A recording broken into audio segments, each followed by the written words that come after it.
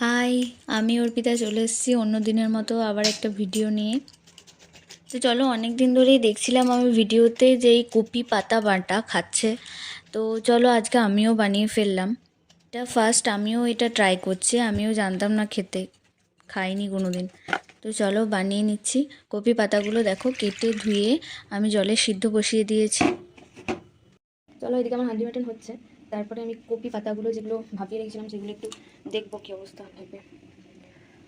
ভালো প্রায় হয়ে আসছে, বন্ধ করে দিয়েছিলাম। এই যে কালারটা একদম সবুজ হয়ে আছে।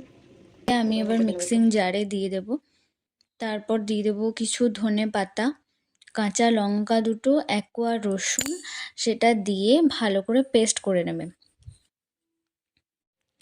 তো দেখো পেস্টটা কীরকম হচ্ছে।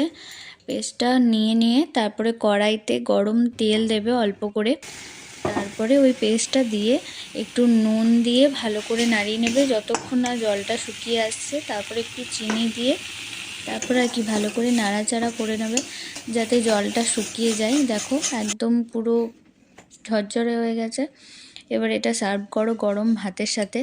অবশ্যই সবাই একটু করে দেখো, এখন তো কপি খুব অ্যাভেলেবেল। তো আমার খেয়ে ভালো লেগেছে, খুবই দারুণ লেগেছে। তো শুধু আমি খেয়ে বললেই তো হবে না, তাই আরও একজনকে দেখা করালাম, সেও খেয়ে খুব নাম করেছে। তাই আমি বলছি তোমরা একবার খেয়ে দেখো, ভালো লাগলে লাইক করো।